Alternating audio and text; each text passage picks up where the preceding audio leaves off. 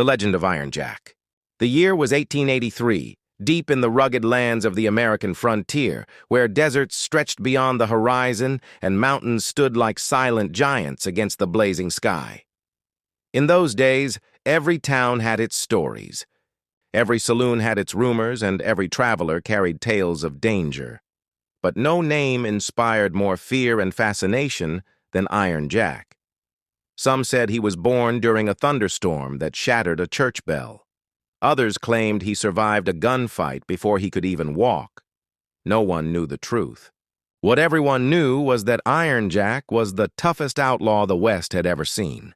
Tall and broad-shouldered, with a long black coat, a weathered hat, and a steel plate covering the left side of his chest from an old gunfight, Jack rode a massive black stallion named Shadow. His eyes were cold as winter and sharp as an eagle's. He rarely smiled, and when he did, people usually regretted being nearby. Across the frontier, posters bearing his face hung in every sheriff's office. The reward for his capture grew higher each year, but no bounty hunter ever succeeded. Some disappeared. Others returned empty-handed, speaking of impossible escapes and incredible gun skills. One scorching afternoon, Iron Jack rode into the dusty town of Red Creek. The streets fell silent. Shopkeepers froze. Children rushed indoors. Even the piano inside the saloon stopped playing. Jack dismounted calmly and walked toward the sheriff's office. Sheriff Thomas Reed, a brave man known throughout the territory, stepped outside with his hand resting near his revolver. The two men stared at each other in silence. Everyone expected bullets to fly. Instead, Jack handed the sheriff a folded piece of paper. "There's a gang coming," he said. "They'll be here before sunset." The sheriff opened the note and frowned. It contained details about a ruthless gang called the Black Vultures, men notorious for burning towns and killing innocent families. Their leader, Victor Kane, was one of the most feared criminals in the West. "Why are you telling me this?" the sheriff asked. Jack looked toward the horizon. "Because they're coming for me, and they'll destroy this town to get me." Before the sheriff could ask another question, Jack turned and walked toward the saloon. The townspeople were confused. Why would the most wanted outlaw in the territory warn them? As the sun slowly descended, dust clouds appeared in the distance. The Black Vultures were coming. Nearly 30 armed riders thundered across the plains. Panic spread through Red Creek. Families barricaded their homes. The sheriff gathered every man willing to fight, but they were badly outnumbered. Then Iron Jack stepped into the street carrying 2 revolvers and a repeating rifle. "If they want me," he said, "they'll have to come through me." The battle began as the gang charged into town. Gunfire exploded from every direction. Windows shattered. Horses screamed. Bullets filled the air. Sheriff Reed and his deputies fought bravely, but it was Iron Jack who became a legend that day. He moved through the chaos like a force of nature, firing with deadly accuracy. One by one, gang members fell from their saddles. Victor Kane finally rode into the center of town and challenged Jack to a duel. The entire battle seemed to pause as the two men faced each other beneath the setting sun. For several seconds, neither moved. Then Kane reached for his revolver. A single gunshot echoed across Red Creek. Kane collapsed into the dust while Jack remained standing. The surviving gang members fled into the wilderness. The town was saved. As darkness settled over Red Creek, the citizens gathered around Iron Jack. For the first time, they saw something different behind his hard eyes. They saw a man carrying years of regret. Jack revealed that Victor Kane had once been his partner. Together, they had committed crimes across the frontier, until Kane's greed turned him into a monster. Jack had spent years hunting him, trying to stop the destruction he helped create. The next morning, before sunrise, Iron Jack mounted Shadow and prepared to leave. Sheriff Reed approached him and offered protection from the law. "After what you did, people will call you a hero," he said. Jack shook his head. Heroes don't leave graves behind them. Without another word, he rode toward the distant mountains. The townspeople watched until he disappeared beyond the horizon. Years passed. The story of Iron Jack spread across the West. Some claimed he died in the desert. Others believed he continued helping towns in secret. Travelers reported seeing a lone rider wearing a black coat beneath moonlit skies, appearing whenever innocent people were threatened. Whether those stories were true or not, one thing remained certain. The legend of Iron Jack never faded. In every frontier town, beside crackling campfires and beneath endless stars, people still spoke of the outlaw with a steel heart who saved Red Creek and vanished into history, becoming one of the greatest legends the Wild West had ever known. Months after the Battle of Red Creek, stories of Iron Jack continued to spread across the frontier. Some called him a hero, while others still considered him a dangerous outlaw. But far beyond the settlements, where rocky cliffs and endless deserts ruled the land, Jack rode alone with only his faithful stallion Shadow beside him. One cold evening, while traveling through the barren wilderness, he stopped at a remote trading post. There he overheard frightened travelers speaking about strange disappearances near a place called Silver Canyon. Entire wagon caravans had vanished without a trace. Gold miners abandoned their camps. Some claimed ghosts haunted the canyon, while others swore they had seen armed riders emerging from hidden caves before disappearing into the darkness. Most people avoided the area entirely. Jack listened quietly. He had heard enough ghost stories to know that men were usually far more dangerous than spirits. The next morning, he headed toward Silver Canyon. The journey was long and treacherous. Narrow trails twisted through towering rock formations, and the wind howled through the canyon walls like distant screams. As sunset approached, Jack discovered the remains of a destroyed wagon. The supplies were gone, but scattered footprints revealed the truth.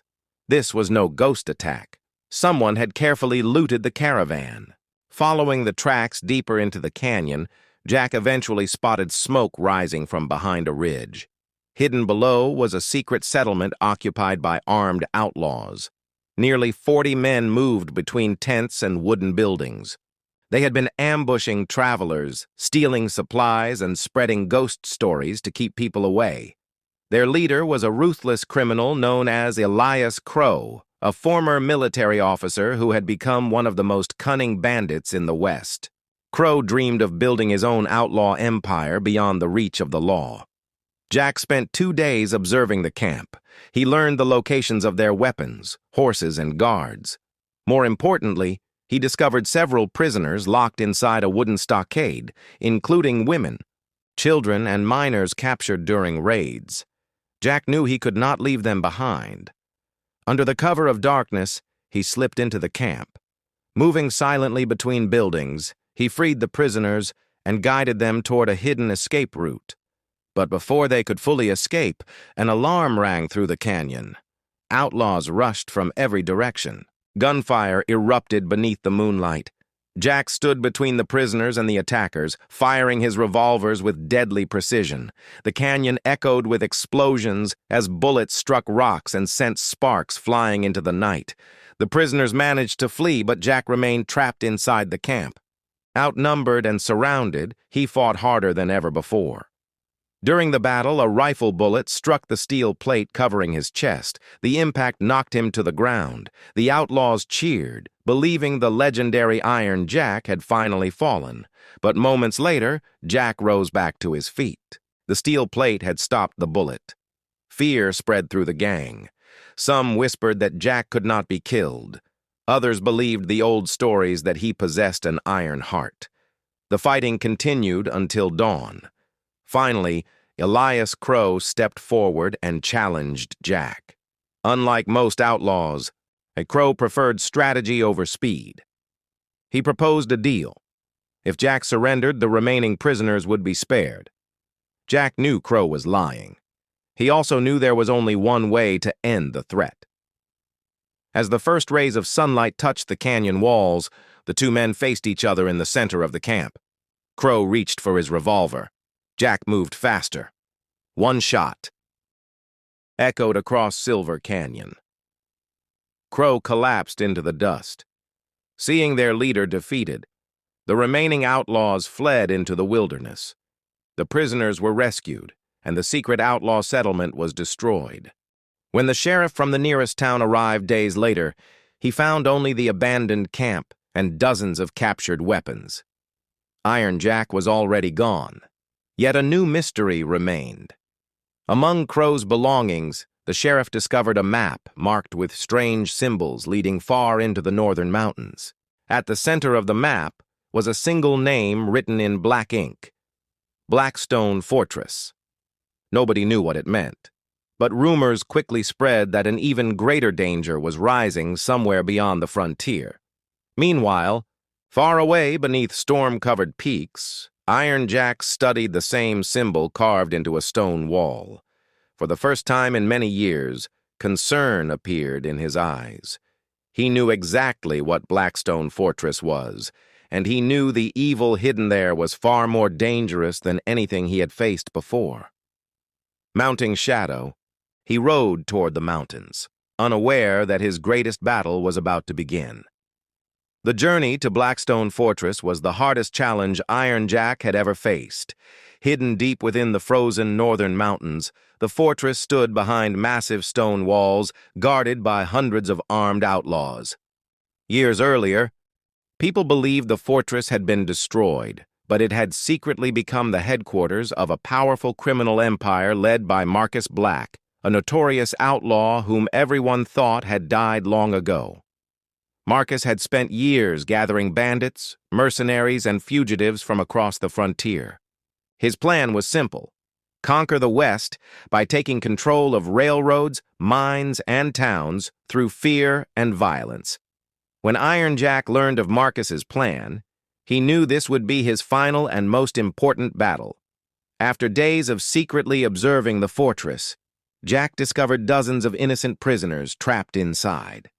Under the cover of darkness, he infiltrated the fortress and freed them. Soon chaos erupted throughout the compound. Prisoners fought back against their captors. Fires spread through supply depots. Horses broke free from stables, and gunfire echoed through the mountain valleys. Amid the confusion, Iron Jack fought his way toward the central tower where Marcus Black awaited him. At the top of the tower, the two legendary outlaws faced one another for the first time in many years.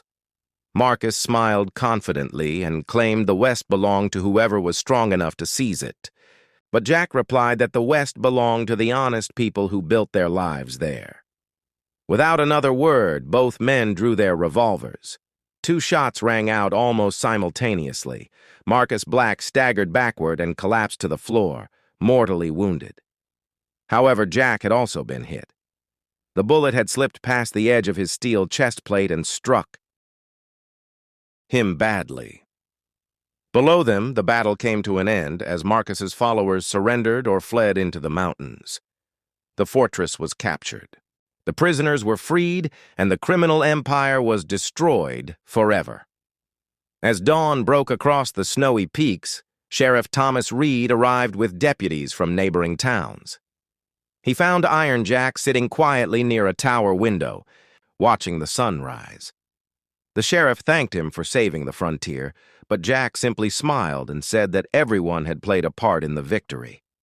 Despite his wound, Iron Jack slowly walked outside and climbed onto Shadow one last time.